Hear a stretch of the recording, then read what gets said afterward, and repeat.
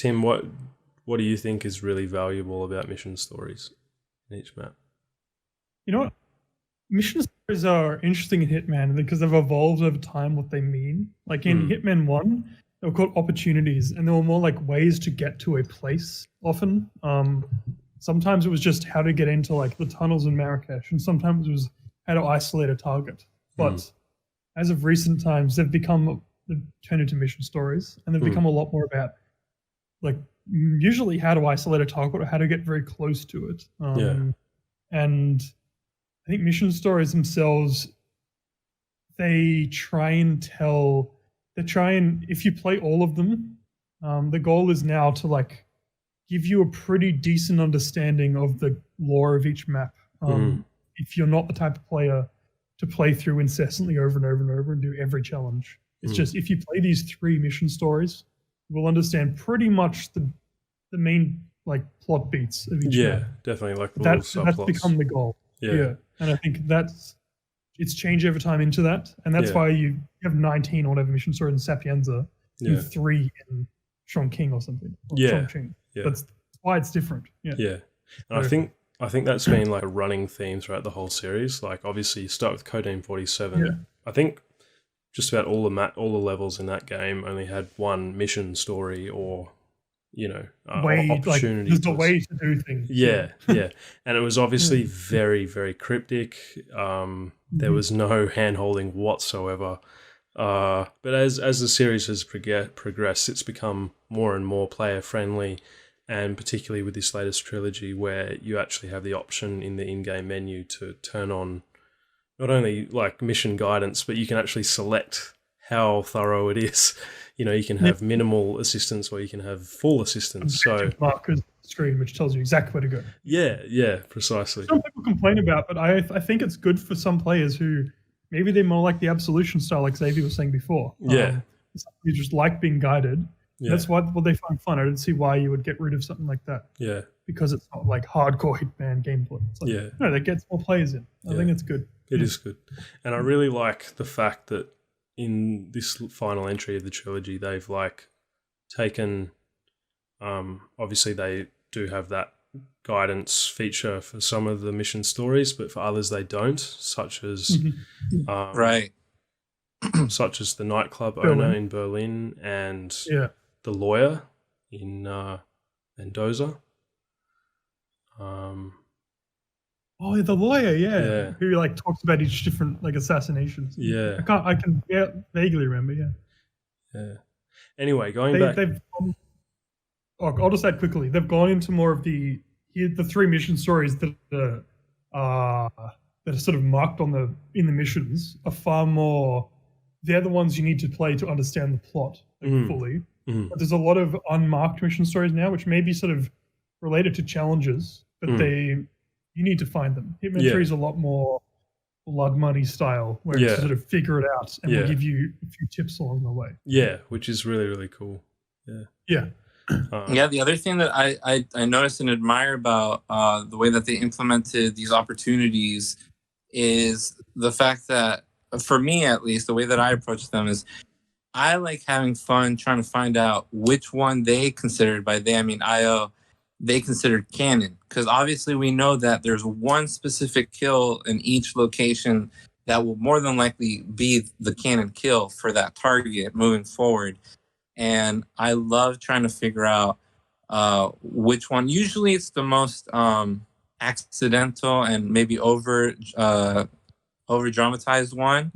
But it's so much fun just trying to figure out exactly where IO is taking the story with those canon kills. Like, for example, in Paris, that one, did we actually ever...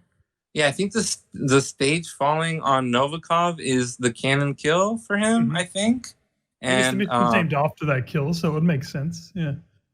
Yeah, because I know Dahlia Margolis gets the call, and she's like, oh, well, whatever. Victor was just a part of the bigger scheme here. I'm the one who runs the show. And then the whole Helmut Kruger meeting up, I believe that was canon too for Dahlia Margolis's ending, maybe getting poisoned.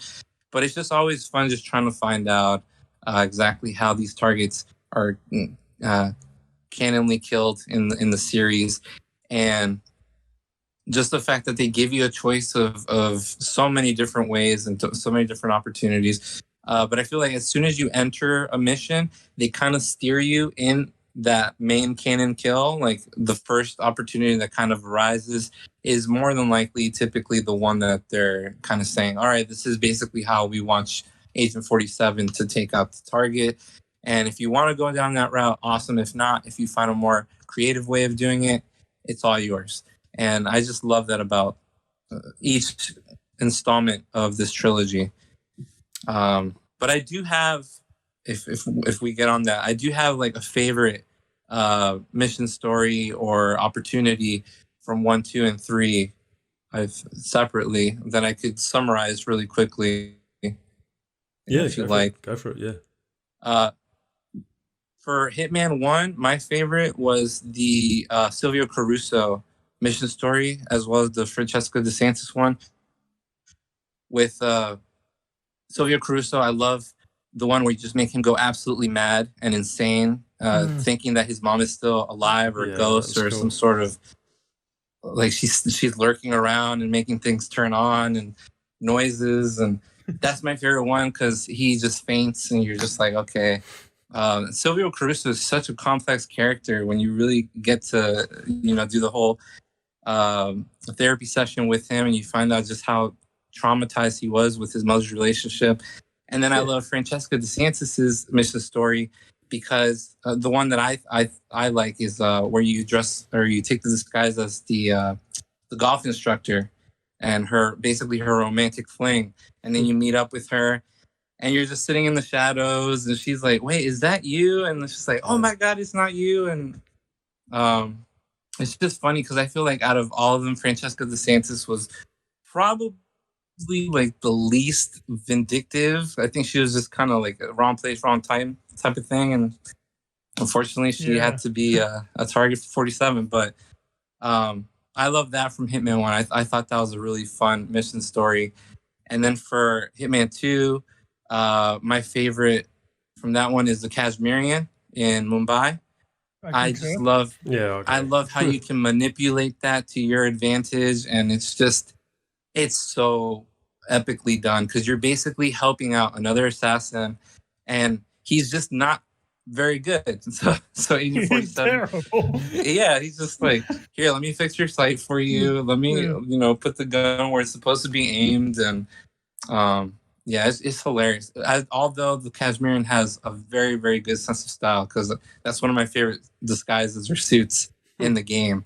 Yes. And for Hitman 3, my favorite is the in Chongqing when Agent 47 has to basically use his mind to basically take out his target, Huff, I believe. His name Hush. Yeah, that's a good one. It was absolutely like I didn't expect that because I played it completely blind. I didn't see it coming, and I was like, wow, I can't believe he's gonna challenge Agent 47. He has no idea what he's in store for. So I thought that was pretty amusing with that mission story. But and those are just like small little tidbits, and quite honestly, I think there's so much to really delve into with opportunities, mission stories.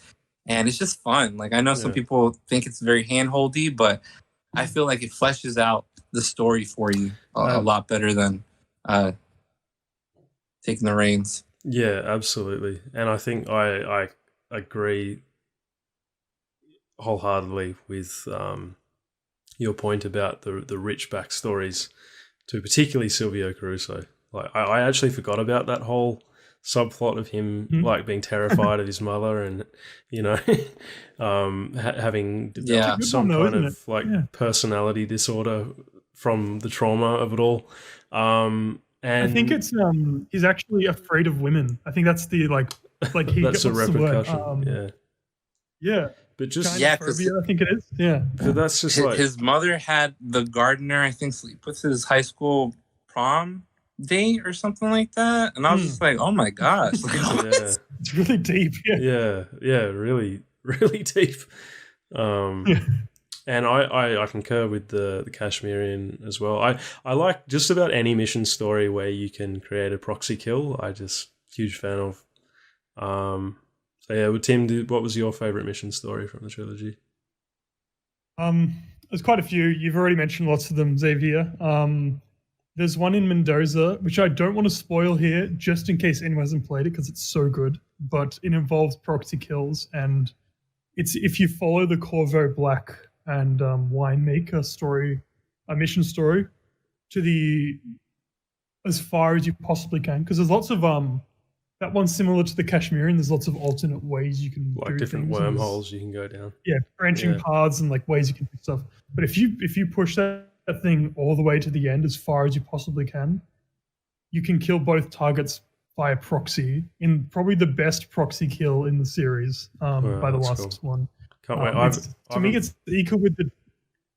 You haven't played it, so I don't want to spoil it for you or any of the people watching who haven't played it. Yeah. So play that one, and for me, it's equal to the Kashmirian, and for me, the other one I like is the Jordan Cross kill where he pushes Ken Morgan out a window, which is that's a great one too. Yeah, I love that one. When Cross killed his girlfriend. When you think about most of the maps, like most of the targets just absolutely loathe one another, and That's true. just all the interesting relationships that they have going on. It's just another insane aspect of the just.